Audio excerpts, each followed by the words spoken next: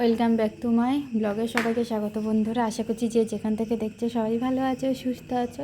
তো অনেকদিন পর তোমাদের সাথে একটু ভিডিও শেয়ার করছি। কালকে থেকে ভীষণ বৃষ্টি, তো টানা বৃষ্টি হচ্ছে বন্ধুরা। তো আমার একটু কোমরে ব্যথা করছিল, হাত পাতাও ম্যাচ ম্যাচ করছিল। তো মা দারুণ একটা জিনিস বানিয়েছিল। তো সবারই গ্রামের বাড়িতে এই জিনিসটা পাওয়া যায়।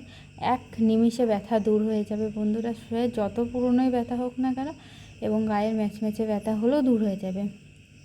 আর সাথে কিছু তোমার হচ্ছে কিনা, যেহেতু হিমোগ্লোবিন একটু কম আছে, তো সাথে হিমোগ্লোবিনযুক্ত কিছু খাবার রেসিপিও তোমাদের সাথে শেয়ার করব। আশা করি আজকের ভিডিওটা তোমাদের সবার খুব খুব ভালো লাগবে।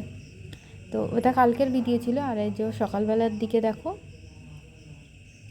তো মেয়েকে খাওয়াতে বসবো, ঝুম বৃষ্টি বন্ধুরা।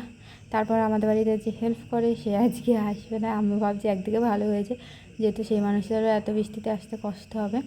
একদিকে ভালোই হয়েছে, সেও আসবে না। আমাদের তাও অনেক তাড়াতাড়ি কাজ, যেহেতু দেখবে না কারোর ভরসায় থাকার সময় তোমার জিনিসপত্র তুমি রেখে দেবে, না আসলে অনেকটা দেরি হয়ে যায়।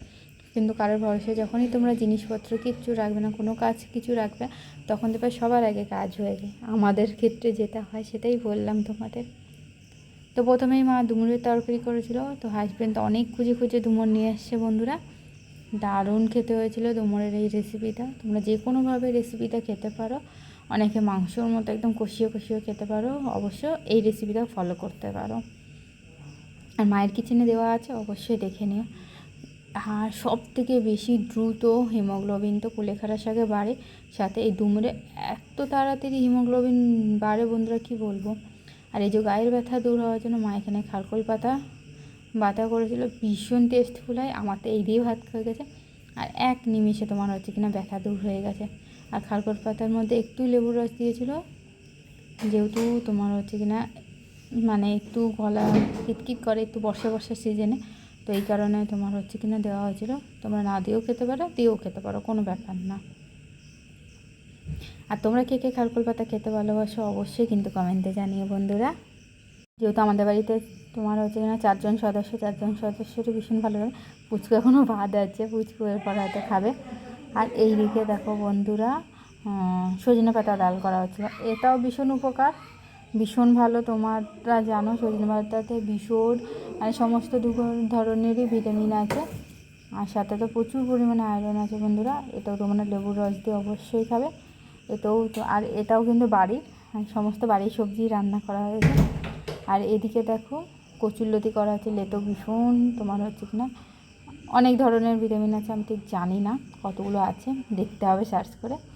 এই বাড়ির কচুরলতিটাও বাড়ির বন্ধুরা। তো বাড়ির আজকে অনেকগুলো সবজি রান্না হয়েছে বাড়ি থেকে তোলার পরে।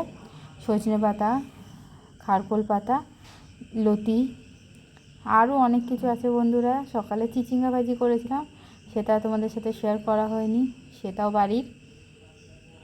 তোমাদের তো আমি দেখিয়েছি চিচিঙ্গা, ঢ্যাঁড়স, আরও বিভিন্ন ধরনের সমস্ত সবজি, লাউ, সমস্ত সবজি বাড়িতে আছে বন্ধুরা। খুব কম, হয়তো আলু, পেঁয়াজ, আদা, রসুন। আদা গাছ লাগিয়েছে মা। আগে নাকি ভীষণ আদা হতো, তো ওই জায়গাটা নষ্ট হয়ে গেছে যেখানে আদা হতো। তো অনেকগুলো এবার লাগিয়েছে, দেখা যাক, আশা করি ভালো ফল পাবো।